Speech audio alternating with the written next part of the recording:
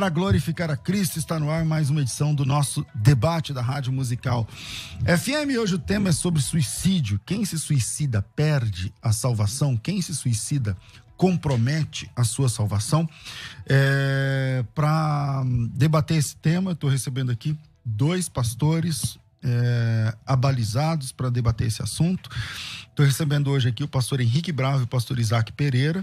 Na técnica do programa é o Rafael, e você pode mandar a sua opinião pelo WhatsApp 011 99007. Opa, falei errado, o Rafael me atrapalhou, né? A culpa, quando deu alguma coisa errada, a culpa é do Rafael, beleza? Vamos combinar desse jeito. Então, 984-849988 é assim que você consegue mandar o seu áudio pra gente. Você pode acompanhar esse programa pelo fmmusical.com.br, também pelos aplicativos, aí, tanto pelo sistema operacional que você quiser, e também através das redes sociais. Você pode assistir pelas minhas redes sociais, @César Cavalcante, pelas redes sociais da rádio, FM Rádio Musical, você também consegue achar. Vamos lá.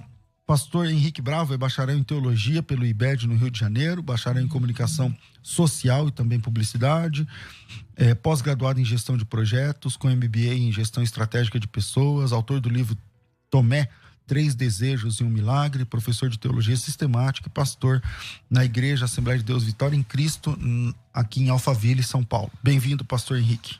Olá, bem-vindo. Bom ver aqui o pastor Isaac. Tudo bem, meu amigo? Tudo bem, pastor César? Maravilha. Pastor César começou, deu um grito aqui. Bom dia, mas tava fora. Tá bem, cara. Mas faz a todos. Maravilha. Com a gente também aqui, pastor Isaac Pereira, que veio hoje aqui na versão sem o bigode. Ele é pastor na Igreja Batista Redenção, advogado, pós-graduado em Direito Civil Processual, também pós-graduado em Estudos Teológicos e mestrando em Estudos Bíblicos Hermenêuticos, com ênfase no Novo Testamento. Bem-vindo, pastor Isaac.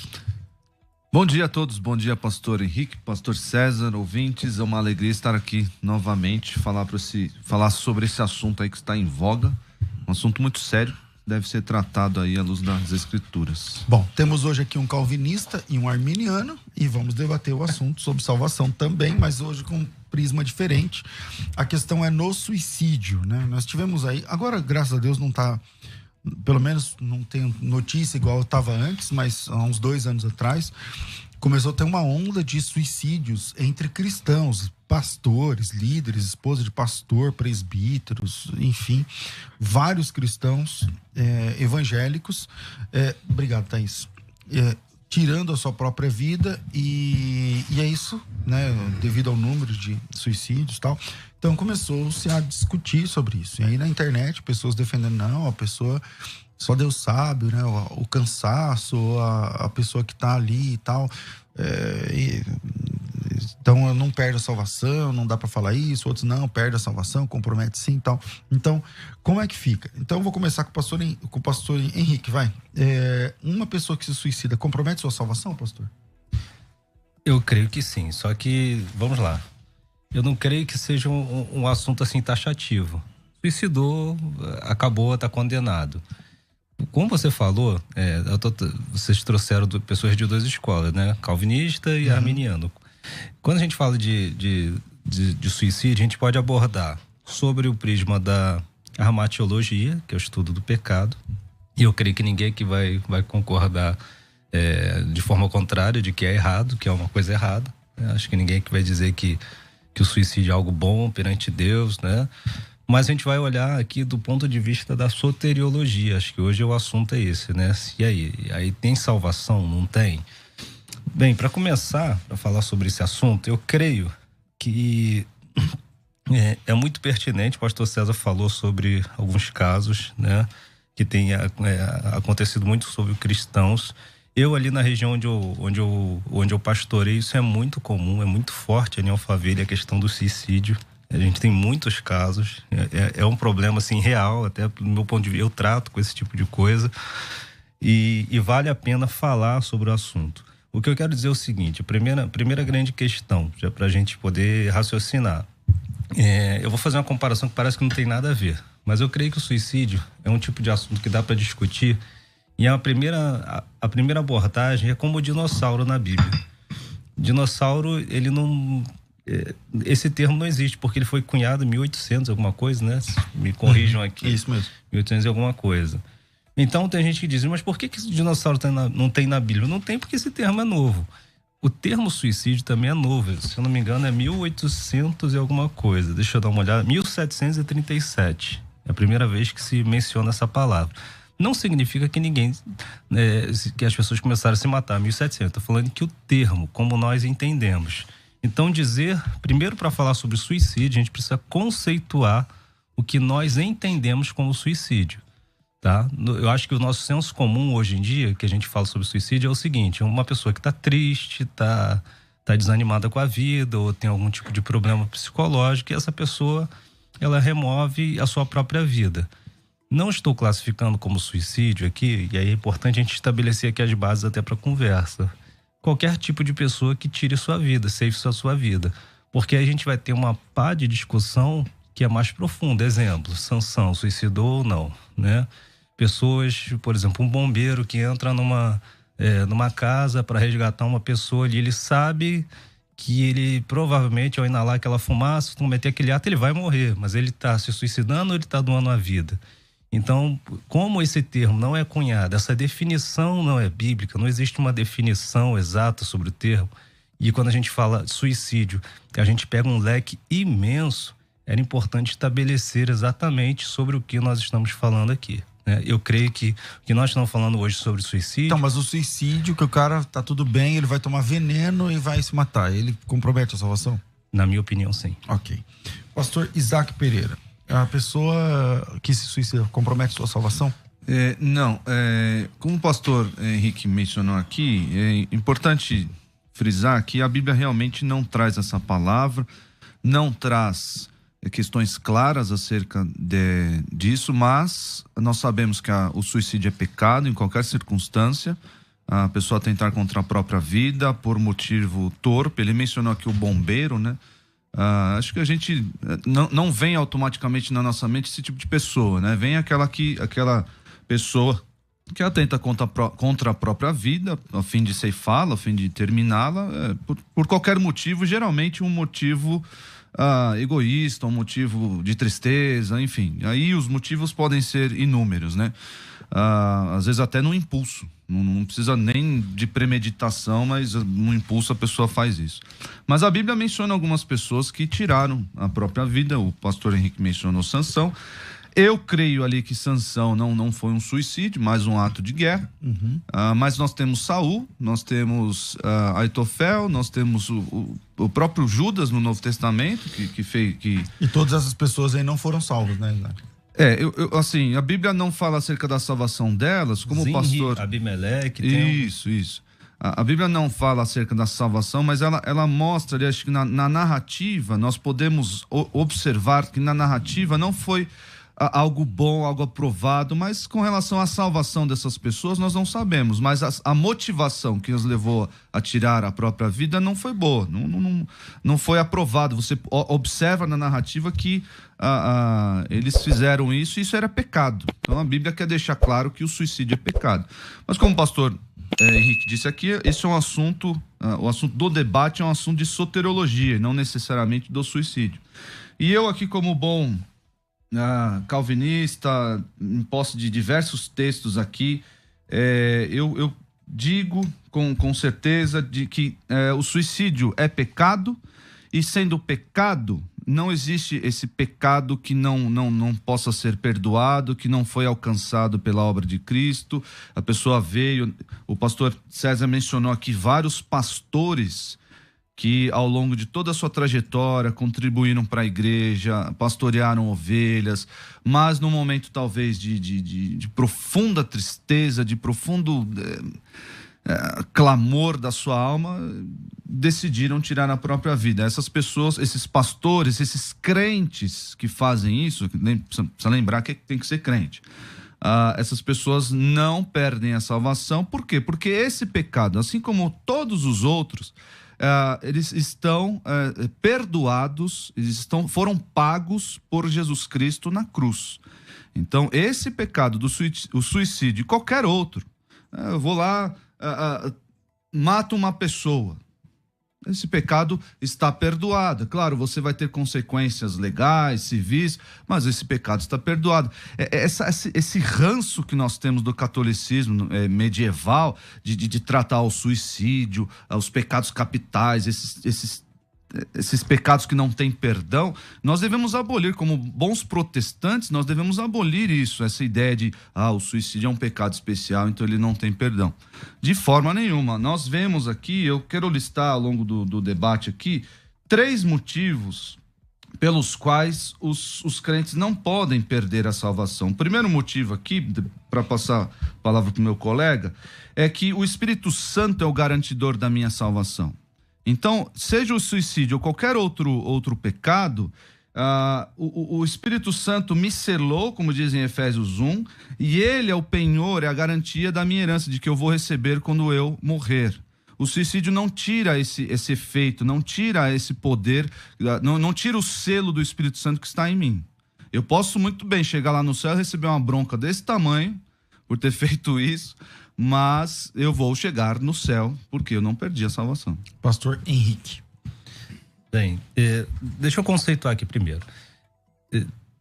O homicídio é um pecado? Sim, né? Matar alguém é errado? Sim. O homicídio, sim. Baseado em quê? A Bíblia diz não matarás. Aí ela não especifica se é o outro ou se é a si mesmo. Então, ponto final. Isso é corroborado no Novo Testamento também.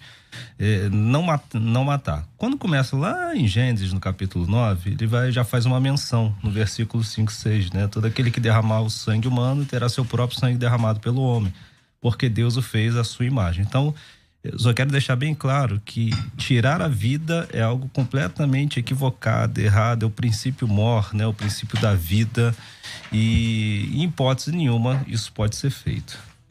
Mas como a gente está entrando agora já nessa outra questão da salvação, eu vou até utilizar. Pastor Isaac, o senhor é advogado? Uhum. Sim. O que é tipificar alguma coisa, um crime? É dizer o que ele é. O que ele é, né? Então, na Bíblia você tem a tipificação, digamos assim, de alguns pecados. Sim. Uhum. Sim. Então vamos lá. Eu concordo com ele diz, né, que quando Deus avalia, ele avalia de uma forma ampla, né?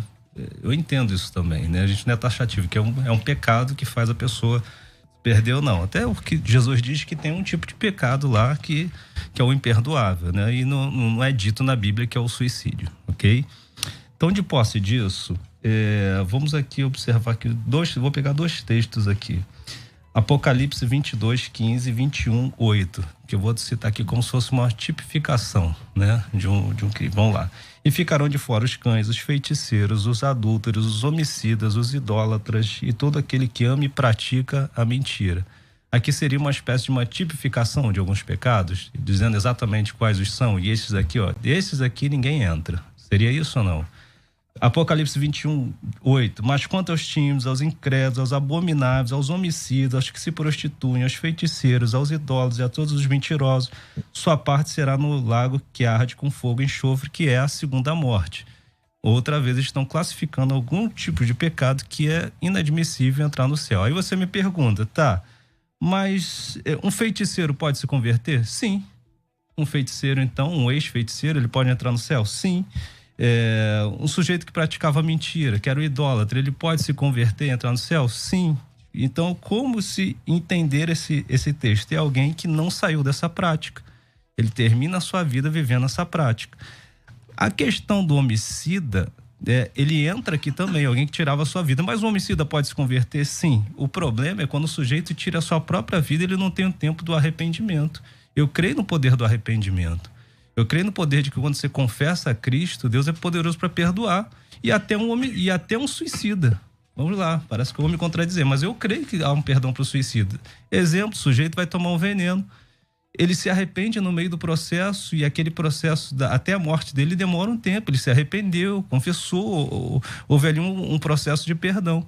O problema é que o sujeito pegou uma arma, ou tomou alguma coisa, perde a consciência, ele termina a sua vida como um homicida. É tipificado aqui que o homicida não entra no céu.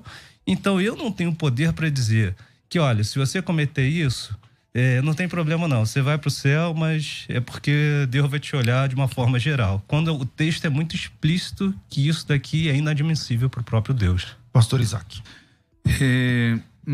Assim, vejam bem, ouvintes, o calvinismo defende essas questões aqui de segurança de salvação, mas o próprio apóstolo Paulo diz, então ele faz aquele exercício lógico. Então onde abundou a graça, ou onde abundou o pecado, superabundou a graça. Então vamos pecar porque aí vai ter mais graça. O crente não faz esse espantalho, esse tipo de crente não existe. Se ele tem esse pensamento, ele não é crente. Porque o crente, ele olha para essas coisas, ele olha para a certeza da sua salvação e ele se devota ainda mais a Deus, ele se consagra ainda mais a Deus, ele quer ser... Por quê? Porque ele está tranquilo, porque ele não tem esse peso, esse jugo sobre si de que, não, agora eu perdi, agora eu ganhei, agora eu perdi, agora eu preciso me arrepender, eu preciso pedir perdão, e aquela coisa... Que deixa a pessoa atribulada. Então, o crente verdadeiro, ele olha para a segurança de salvação, olha para o penhor do Espírito, olha para a eficácia da obra de Cristo, ele olha para o poder do Pai que completa a salvação em nós, conforme Romanos 8. Então, ele olha para tudo isso e ele não fala, beleza, então vou me suicidar porque está tudo garantido. Não, o crente não pensa assim. Esse crente não existe. Não existe. É um espantalho criado. Esse crente não existe. Então, quero deixar claro isso daqui. Então, o problema do modo como o pastor colocou aqui, é que a minha salvação, então, vai depender dos meus arrependimentos diários. O suicida que se joga de um avião e tem ali algum minuto para se arrepender, beleza.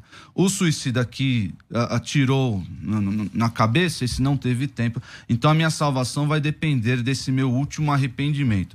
Meus irmãos, Davi pediu perdão a Deus para pecados cujos quais ele não sabia. Então nós não temos, às vezes nós não morremos num acidente, briguei com a minha esposa, saí de casa para esfriar a cabeça, fui atropelado. Pô, você não pediu perdão por esse pecado, você foi pro inferno, lá o crente. Então, meus irmãos, a Bíblia diz em Romanos...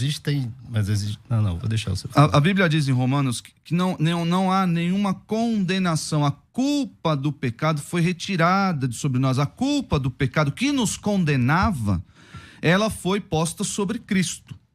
E qual pecado? Todos os nossos pecados, os que nós já cometemos e os que nós vamos cometer. Toda a obra do Senhor é completa. Olha só o que diz aqui, a confirmação da minha salvação é obra do Senhor, não é obra minha, não depende do meu pedido de perdão. Eu sei o que o pastor está mencionando aqui, o crente se arrepende diariamente e ele se coloca diante de Deus e pede perdão diariamente. Por quê? Porque ele quer uma comunhão com Deus.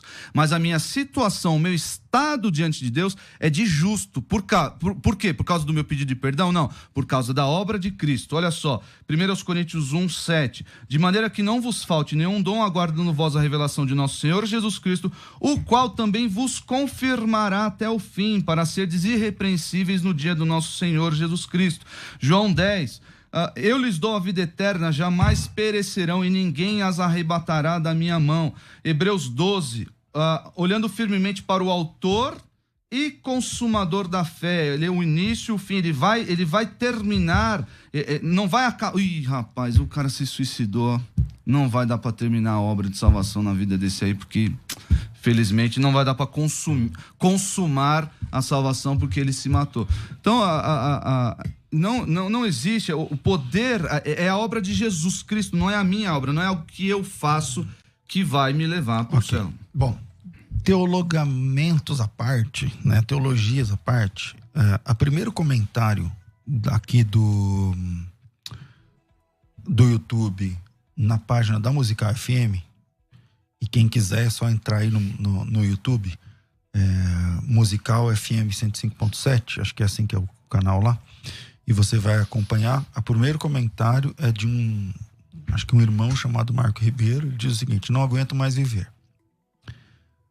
Caso não perder a minha salvação, então vou dar cabo da minha vida. E agora, a gente faz como? Pode, vai em frente. De forma... Aí sim você vai estar seguro. De forma nenhuma. O que faz aqui? Que resposta a gente dá para o Marco Ribeiro? Exatamente, eu acho que esse é o caso prático, por isso que a gente tem que ter muito cuidado, né? E aí volto a falar, eu acho que quem põe no céu e no inferno é Deus. Primeira coisa, né? Eu tenho Concordo. Eu tenho certeza da minha, você da sua, e eu sei do ladrão lá da cruz, porque tem uma afirmação. Agora a maioria é especulação. Tem um pessoalzinho ali da Galeria dos Heróis da Fé também. Agora ficar teologando sobre quem entra, quem sobe, quem não, acho que isso não compete muita gente. Mas a gente, né, tá aqui num debate para a pessoa ter um esclarecimento à luz das Escrituras. Agora, uma coisa que o pastor Isaac falou, e eu acho que é legal a gente abordar, tá bem bacana esse bate-papo aqui.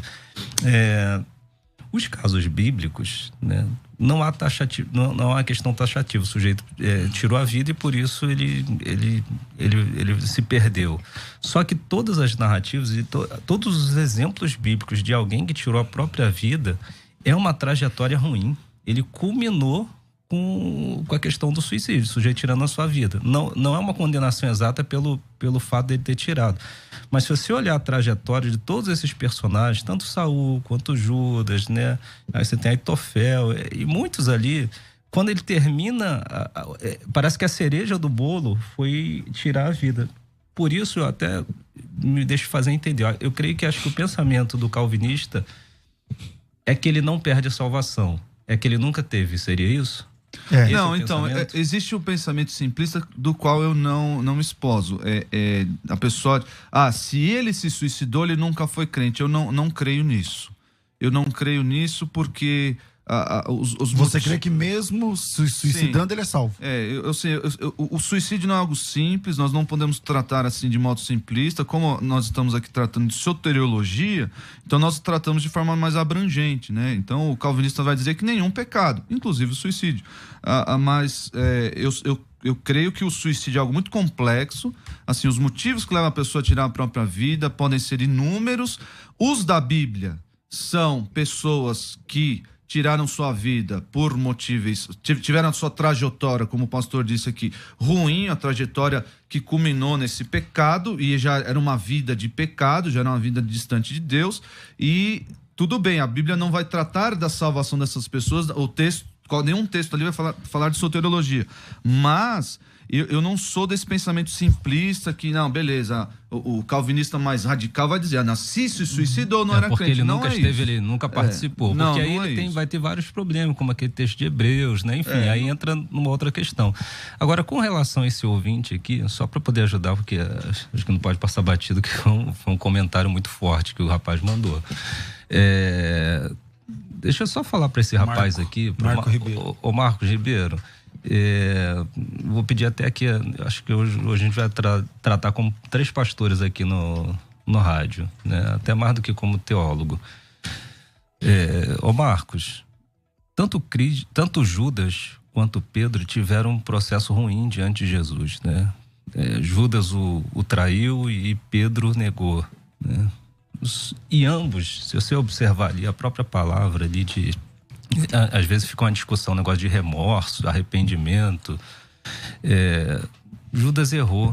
E Judas teria salvação, meu amigo. Judas teria jeito. O problema é que ele se isola, e o problema é que ele vai tirar sua própria vida, o problema é que ele não corre para Cristo. A diferença entre Judas e Pedro é só uma, é Jesus. Pedro teve a oportunidade, Pedro bateu na porta, que a porta era Jesus. E Judas não. Eu acho que a diferença está aí nessa questão. Não é que você é melhor, não é que a gente é melhor ou pior, mas ainda há uma porta para você bater, e essa porta é Jesus, que pode te impedir desse ato.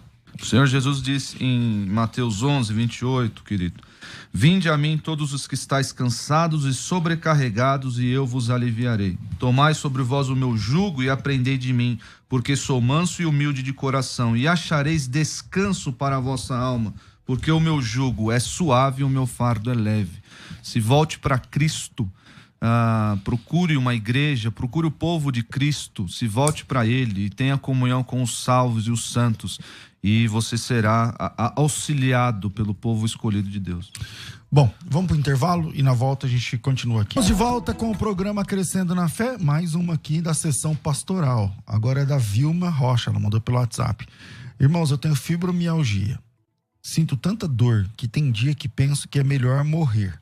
Mas quando penso que perderia a salvação, sigo sentindo as dores. Mas hoje é um dia desse. vai parar de debate, vamos entrar numa sessão de aconselhamento, música de aconselhamento, maestro. Vamos lá. Quem vai aí? Quem responde? Olha só que interessante, irmã. Homens de Deus na Bíblia já pensaram em tirar a própria vida e não chegaram a esse ponto. Elias pensou nisso, falou: Senhor, eu quero morrer. Jezabel, eu sou o único que sobrou aqui, Jezabel quer me matar e eu quero morrer. Então ela provavelmente teve o mesmo sentimento que a irmã. Mas o Senhor encorajou Elias com promessas. Então nós sabemos que nesse mundo nós teremos aflições, esse corpo que nós vivemos hoje, ele padece. Nós temos um outro homem de Deus, Jonas, que quis tirar a própria vida e foi ali repreendido por Deus. O próprio Paulo diz lá aos Filipenses que ele gostaria de estar com Cristo, mas ele tinha trabalho a fazer. Então, mas ele também não pediu a morte. Né? Tudo bem, mas ele demonstrou ali o seu desejo, né? De é muito melhor estar com Cristo, mas ele não tomou passos nessa direção. Mas o que ele coloca como contrapartida? Eu tenho trabalho a fazer, eu tenho que estar aqui com os irmãos, tenho que ajudá-los, tenho que pregar o evangelho. Então, minha irmã querida, olhe para essas responsabilidades e para o povo de Deus e viva, basta cada dia o seu próprio mal, viva um dia após o outro, esperando do Senhor a consolação, o alívio eventualmente dos seus problemas de saúde, até que o Senhor a chame, ou o Senhor Jesus volte nos buscar e glorificar esse corpo, como diz lá em 1 Coríntios 5. Henrique, manda aí. 2 Coríntios 5. Você separou um texto? Eu estou olhando o texto, não vou dizer que exatamente dela, né, dessa irmã, mas eu creio que é pra gente pensar como um todo, né? O pastor Isaac falou aqui sobre Jonas, e o versículo 9 do capítulo 4, quando Deus fala com Jonas assim: então disse Deus a Jonas: é acaso razoável essa tua ira por causa da aboboreira, né? Ou seja, o que você está me pedindo no mínimo razoável. Às vezes a gente toma uma atitude, né? Como Jonas, né? Queria a própria morte também e tal. E a pergunta é razoável esse teu pedido? Se você olhar a sua trajetória, a sua vida, as vitórias e derrotas, se você olhar o seu futuro, é razoável você jogar isso tudo a perder por um momento de dor, um momento ruim? Quanta gente teve dias, semanas, anos ruins e depois tiveram grandes viradas na vida. Então, coloque na balança, porque eu sei, é normal quando a gente está num momento difícil, a gente não consegue enxergar as coisas. E aí vou me lembrar daquela passagem, quando os discípulos estão no barco, Jesus está vindo, a tempestade, e o que eles dizem? É um fantasma. Porque no momento da tempestade, da escuridão, realmente a gente não vê nada, nem Deus, nem saída, nem solução, mas ela está ali. Então, a grande pergunta: é razoável esse pedido, né? E olhe para Jesus, tente encontrar no meio dessa tempestade o próprio Cristo, que você vai encontrá-lo. Bom, tem ouvinte participando pelo WhatsApp, Rafa? Chegou algum áudio? Não, tem aqui algumas participações. O Jefferson Frank, ele diz o seguinte: graças a paz, o assunto é extremamente delicado. Creio eu que essas duas fontes teológicas de muito respeito trarão muitas coisas a respeito desse assunto. O Nicolas Ramos diz o seguinte: o crente não é dono da sua própria vida. Assim como fez Paulo, é preciso lembrar que nosso dever é servi-lo até o momento que ele decidir, seria. Um soldado não sai do campo de batalha sem que o general determine. O Luciano Silva diz: pensemos juntos, a vida foi dada por Deus, somos mordomos, cuidando de algo tão precioso que Deus equivale à vida do seu próprio filho. Desprezar a vida é desprezar o valor divino atribuído a ela. O João Ivo: a mesma Bíblia, quando fala não matarás, também especifica a pena de morte para adultério, homossexualismo, para muitos outros pecados. O Fernando Cabral: salvação não é conquistada pelo homem, mas por Jesus. Logo, nenhum pecado que o crente cometa lhe tira a salvação dada por Deus, nem mesmo o pecado de suicídio. É nessa tecla que você bate, né, Isaac? Que o suicídio é um pecado, é ruim, não é bom e tal, mas que não é menor, mas que é menor do que a graça que salvou aquela pessoa. Seria isso, né? Como eu mencionei aqui, primeiro, o Espírito Santo é garantidor da nossa salvação. A obra do Senhor Jesus, ela é suficiente para pagar todos os nossos pecados, e o Pai, o poder do Pai é o realizador completo da salvação. Como eu mencionei em Romanos 8, olha só, o pessoal chama essa trajetória da salvação aqui, né? Portanto, os que de antemão conheceu, também os predestinou para serem conformes à imagem de seu Filho, a fim de que ele seja o primogênito entre muitos irmãos. E aos que predestinou, a esses também chamou, e aos que chamou também justificou, e aos que justificou, esse também... Opa, e se teve o suicídio aqui, não vai dar para fazer essa última parte. Não, a esses também glorificou. E aí ele vai adicionar depois, porque eu estou bem certo de que nem a morte, nem a vida, nem os anjos. Ele fala uma lista aqui, uma lista só exemplificativa para bem da poesia aqui, né? Nada, absolutamente nada poderá nos separar do amor de Deus que está em Cristo Jesus nosso Senhor. Filipenses 1,6 ele vai dizer: estou plenamente certo de que aquele que começou boa obra em vós há de completá-la até o dia de Cristo Jesus. O mesmo, aí 1 Tessalonicenses 5, o mesmo Deus da paz vos santifique em tudo, e o vosso espírito, alma e corpo sejam conservados, íntegros e irrepreensíveis na vinda de nosso Senhor Jesus Cristo. Fiel é o que vos chama, o qual também o fará. Então, essa certeza de que nada, nenhum pecado, eu sei que o pessoal bateu aí na grande maioria dos comentários aí da delicadeza que é esse assunto, e de fato o crente tem que tratá-lo como pecado, mas mesmo assim, olhando o poder, o tamanho da salvação que nos é outorgada, esse pecado, como nenhum outro, poderá nos tirar da salvação em Cristo Jesus. Mas e o pecado imperdoável? O pecado imperdoável, o pastor mencionou aqui que não é o suicídio. Não, mas aí eu tô dando um ponto fora aqui. Mas, tudo bem, mas o pecado imperdoável tira, então, a pessoa. Então, o pecado imperdoável é o seguinte, no contexto ali que Jesus o apresenta, é você atribuir, sendo testemunha dos milagres de Jesus, você atribuir esses milagres ao diabo, a Beelzebu. Não, ok, eu também concordo, acho que o pastor Henrique também concorda. É que se você disser isso nesse ponto, você vai deixar de ser calvinista agora, porque você vai dizer assim, não, quando a pessoa faz isso, ela perde a salvação. Mas o texto bíblico diz que não há perdão para esse pecado. Então você crê na perda de salvação, ok.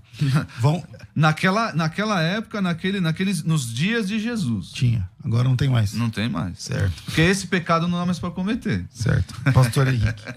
Então, vamos lá. A gente acaba, quando fala desse assunto, aí volta a falar, a gente fala de soteriologia, aí entra em outra esfera. Aí eu já não concordo com isso. Por quê? Porque são inúmeros os textos no Novo Testamento que vão falar sobre o cuidado que nós temos que ter com a nossa própria vida, né? São vários. Vamos lá, segunda carta de Pedro, capítulo 2, versículo 20. Se depois de terem escapado das corrupções do mundo, mediante o conhecimento do Senhor e Salvador Jesus, forem outra vez envolvidos nela e vencidos, tornou-se o seu último estado pior do que o primeiro. Melhor lhe fora não terem conhecido o caminho da justiça do que, conhecendo, desviarem-se do santo mandamento que lhe fora dado. O texto é claro que são advertências e mais advertências de nós que, uma vez no caminho, uma vez que provaram, né, das questões eternas, a pessoa tem o livre-arbítrio, ela tem a vontade própria, ela tem a decisão na mão de tomar o caminho que ela quiser, né? A gente crê que a obra de Jesus é suficiente, a gente crê no processo que a pessoa tem de santificação, né, da regeneração, mas ainda assim ela tem em suas mãos o poder de decidir. Essa é a grande questão. Jesus, ele fala muito bem isso quando ele dá aquele exemplo da casa vazia, né? Ele fala de uma casa que uma vez ela foi limpa e ela foi ordenada e de repente... Só que ela está vazia, ela está limpa, está organizada, mas o problema dela é que ela está vazia. E aí ele vai falando que vem 7 espíritos a mais ali e vão tornar o segundo estado dela pior do que o primeiro. Do que ele está falando ali? É um cuidado, né, que deve se ter, um cuidado que a gente tem que ter com a nossa vida. E quando a Bíblia fala sobre alguns pecados, e aí vamos lá para Apocalipse, eu volto ali para Apocalipse, não tinha necessidade dele citar algumas coisas que parece que para Deus são inegociáveis. Então não é que tudo é pecado, né? A gente sabe que tudo é pecado, mas para Deus algumas coisas, me parece, biblicamente são piores. Exemplo, quando Jesus diz assim, que haverá mais rigor para Tiro e Sidom, né? Então o que ele está dizendo? Que no julgamento, para alguns, a penalidade vai ser pior. para um do que para outro. É condenação, mas na ótica de Deus tem coisas que são piores e outras não. Isso então, dá um debate legal isso aí. Dá. Um debate sobre graduação de punição. Graduação de punição e de eterna, pecado. Né? Coisas que são abomináveis para Deus, né?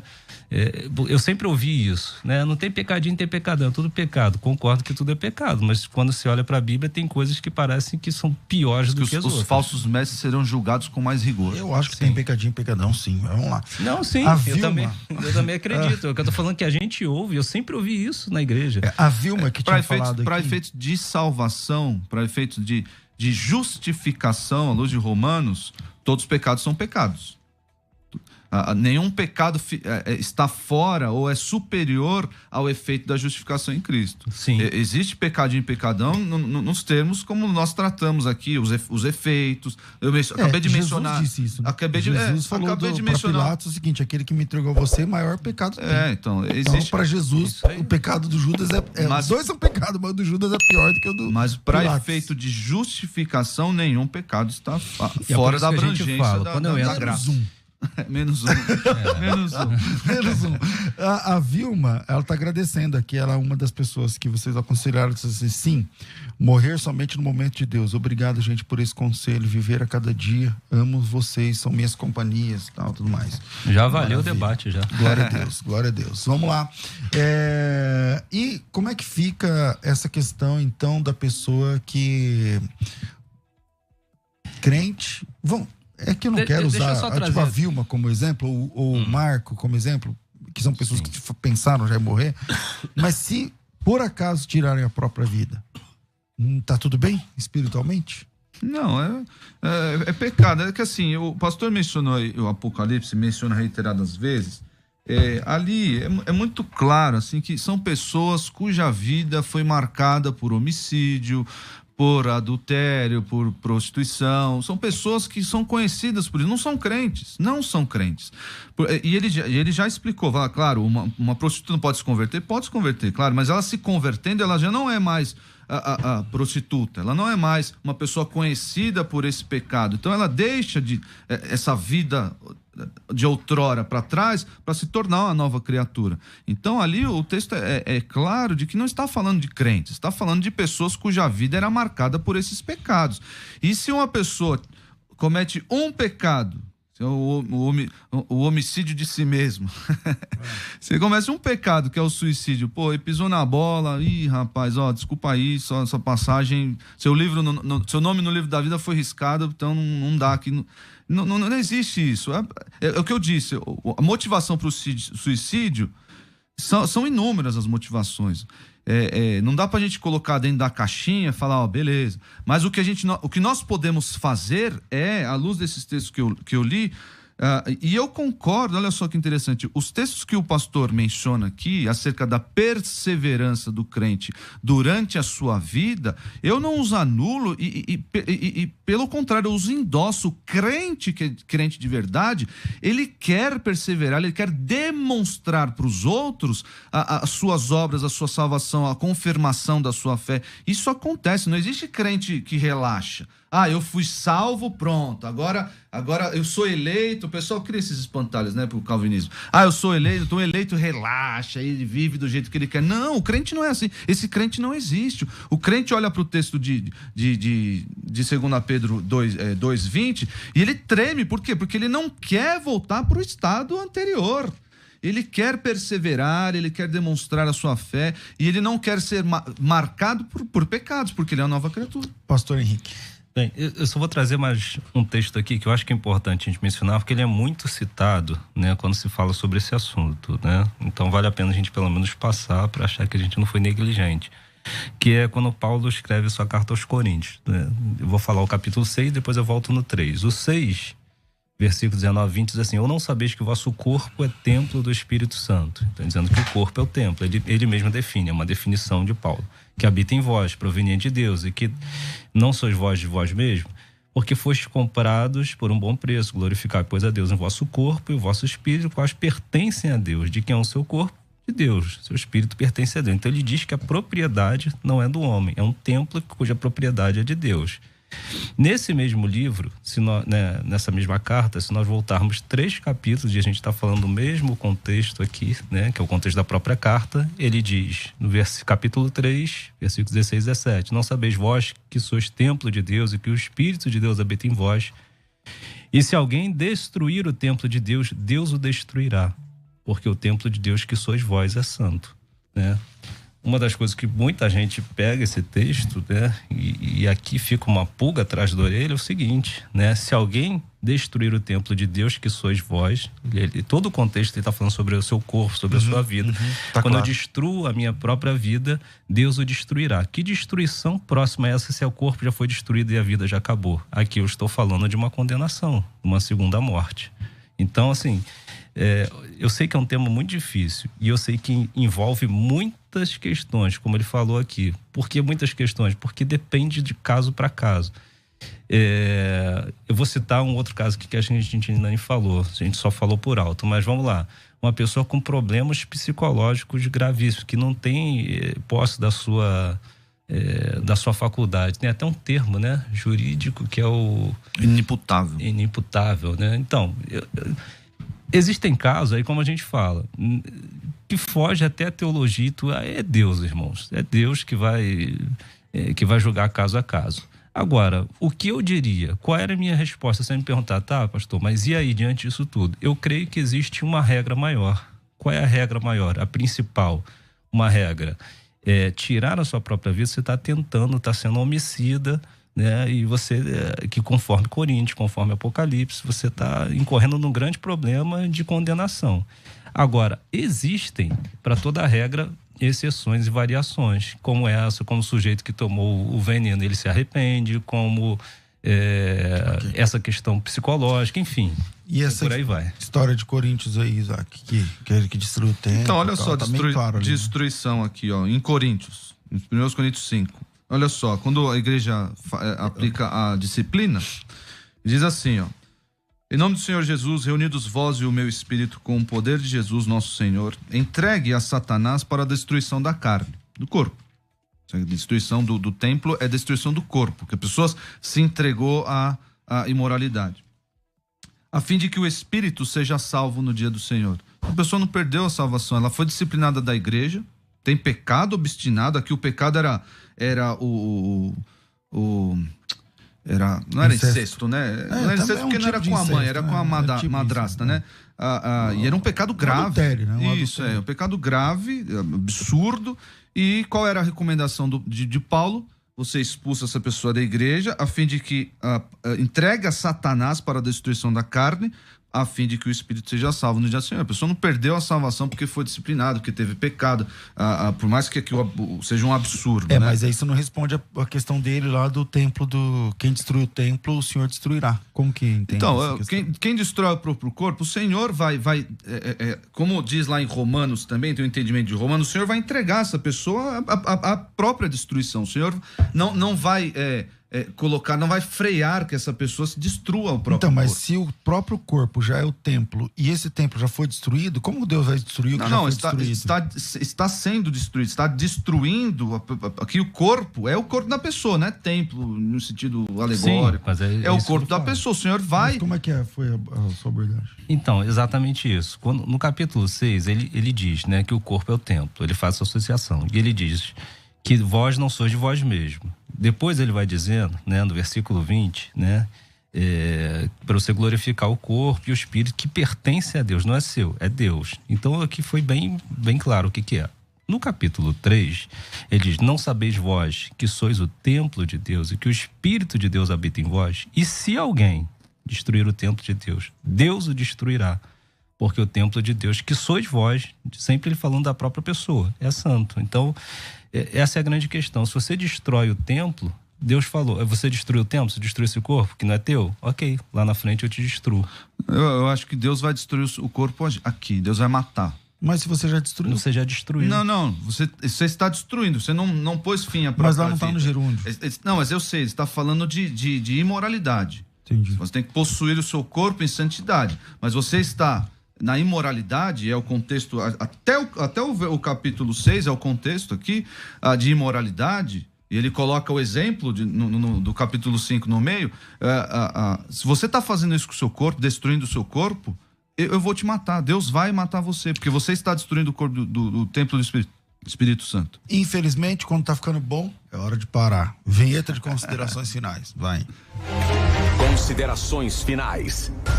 Debates com o pastor César Cavalcante. Infelizmente, nosso tempo é curto demais. Eu quero agradecer aqui aos nossos debatedores e fica aí o alerta, né, irmãos? Imagina se aqui ouvindo esse programa, 2 pessoas que já tiveram, já pensaram nisso, né? Se manifestaram, quantos não se manifestaram e quantos não estão ouvindo esse programa e quantas pessoas você conhece que você pode ser agente de Deus para trazer essa pessoa à razão. Pastor Henrique, obrigado pela sua participação, sempre bem-vindo. Obrigado, um abraço aí a todos e eu quero deixar aqui o alerta para todo mundo. Nós ainda não estamos no mês, né? Que é setembro, né? Que fala sobre o caso, que é setembro amarelo. Tem uma estatística que diz 5,7 pessoas morrem por 100 mil habitantes em suicídio. Então, assim, é um caso de saúde pública, um caso para ser abordado e infelizmente acontece na igreja. Então, não importa, bata na porta que é Jesus, né? Entenda que Cristo ainda pode reverter o quadro. A salvação no nosso Senhor e Salvador Jesus Cristo, Ele pode transformar, Ele também pode curar. Alguém falou aí sobre fibromialgia, né? Que é uma dor terrível. E eu não posso também me excluir aqui. Eu já vi Deus fazer muita coisa. Deus cura, irmão. Deus muda quadros. Deus transforma. Quem sabe essa tua história aí, que pode ser que parece que é uma história trágica, pode se transformar numa linda história de transformação em Cristo Jesus. E por fim, eu quero deixar um beijo para minha esposa Aline, que da última vez eu não falei. Quase. Eu tá lá com o braço cruzado, assim, batendo o pé no chão, certo? E qual que é o teu arroba, Henrique? Quem quiser te conhecer? PR Henrique Bravo. E um prazer, pastor Isaac. Henrique Bravo. E da igreja, qual que é? ADVEC Alphaville. Inclusive, hoje tem ceia. Hoje tem ceia? Então, maravilha. Hoje tem ceia, ADVEC Alphaville é o arroba e PR Henrique Bravo. Pastor Isaac, bem-vindo sempre aqui. Suas considerações finais, meu amigo.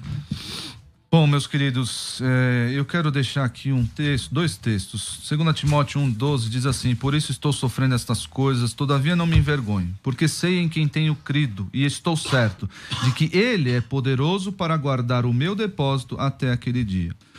E 1 João 4,18 diz: no amor não existe medo, antes o perfeito amor lança fora o medo. Ora, o medo produz tormento, logo aquele que teme não é aperfeiçoado no amor.